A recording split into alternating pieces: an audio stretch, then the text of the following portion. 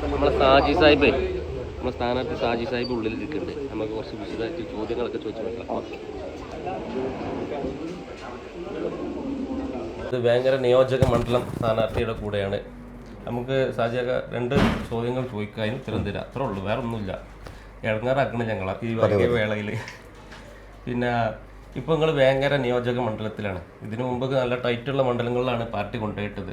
അപ്പോൾ വേങ്ങര നിയോജക മണ്ഡലത്തിൽ വന്നപ്പോൾ ഇവിടുത്തെ ഒരു ആവേശവും പൾസോ എങ്ങനെയാണോ നിങ്ങൾക്ക് ഫീൽ ചെയ്യുന്നത്, അതിനെപ്പറ്റിയൊക്കെ ഒന്ന് സാധാരണ രീതിയിലൊന്ന് പറഞ്ഞാൽ മതി. ഈ ജനാധിപത്യത്തിൽ ടൈറ്റുള്ള മണ്ഡലം ടൈറ്റില്ലാത്ത മണ്ഡലം എന്ന് പറയുന്നൊന്നുമില്ല. ഞാൻ അഴീക്കോട് മത്സരിക്കുമ്പോൾ CPM അതൊരു ഉറച്ച കോട്ടയാണ്. 28,000 ഭൂരിപക്ഷമുള്ള കോട്ടയാണ്. അവിടെയാണ് ആ മണ്ഡലം അട്ടിമറിക്കപ്പെട്ട് 400 വോട്ടിനോളം നമ്മൾ ജയിക്കുന്നത്. ജനാധിപത്യത്തിൽ അങ്ങനെ മുൻവിധിയുടെ ആവശ്യമില്ല. വേങ്ങരയിലാണെങ്കിലും അതങ്ങനെ ഒരു എളുപ്പമാണെന്നല്ല കരുതേണ്ടത്. രാഷ്ട്രീയമായിട്ട് മത്സരിക്കുക എന്നുള്ളതാണ്.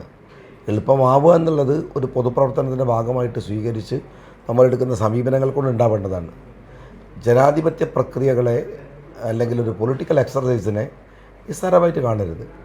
നമ്മൾ എത്ര വോട്ട് ഭൂരിപക്ഷം കിട്ടും എന്നൊക്കെ ആദ്യമേ പ്രവചിക്കുക, എന്നിട്ട് അതിൽ ലേസി ആവുക, അത് ജനാധിപത്യത്തിൻ്റെ രീതിയല്ല. എല്ലാ ആളുകളെയും കാണുകയും പിന്നെയും വോട്ട് ചോദിക്കുകയും അവരോട് വോട്ട് ഉറപ്പിക്കുകയൊക്കെ ചെയ്യുക എന്ന് പറയുന്നത് ജനാധിപത്യത്തിൽ ഉത്സവകാലമാണ് തിരഞ്ഞെടുപ്പ്. അങ്ങനെ തന്നെ കാണണമെന്നാണ്. വേങ്ങരയിൽ ഇപ്പോൾ ഞാൻ വേങ്ങരക്കാരൻ എന്ന് പറഞ്ഞുകൊണ്ടാണ് മറ്റേ എതിർ സ്ഥാനാർത്ഥി നമ്മോട് പറയണത്. അതിനെപ്പറ്റി എന്തെങ്കിലുമൊക്കെ പറയണ്ട. അത് ഈ രാഷ്ട്രീയ ബോധമില്ലാത്തതിൻ്റെ ഒരു പ്രശ്നമാണ്.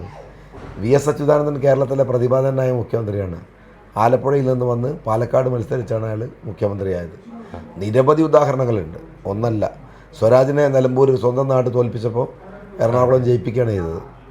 അതൊക്കെ ഒരു അരാഷ്ട്രീയവാദമാണ്. അത്തരം ചോദ്യങ്ങൾ കേരള നിയമസഭയിലേക്കാണ് തിരഞ്ഞെടുപ്പ് നടക്കുന്നത്, വേങ്ങര പഞ്ചായത്ത് ബോർഡിലേക്കല്ല. കേരളത്തിൽ ആർക്ക് എവിടെ മത്സരിക്കാമെന്നൊക്കെ നിയമങ്ങളുണ്ട്. ഇപ്പോൾ കോഴിക്കോട് നിന്ന് എനിക്ക് ഇവിടുത്തെ എത്താൻ 40 മിനിറ്റ് വേണ്ടു. പക്ഷേ ഞാനിവിടെ വീടെടുത്തിട്ടുണ്ട്.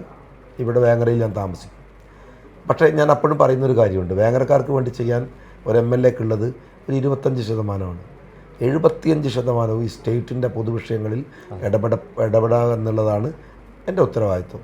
അതുകൊണ്ട് അത്തരം ബാലിശമായ ചോദ്യങ്ങളൊന്നും ഒരു പ്രസക്തമല്ല എന്നുള്ളതാണ് എൻ്റെ തോന്നൽ. എല്ലാ വിജയ ആശംസകളും നേരുന്നു സജിക്ക. ഇനി തുടർന്നും ജയിച്ചു വന്നാലും കൂടുതൽ സപ്പോർട്ടോടു കൂടി ഈ വേങ്ങരയിൽ തിളങ്ങാൻ അവസരം ഉണ്ടാവട്ടെ എന്ന്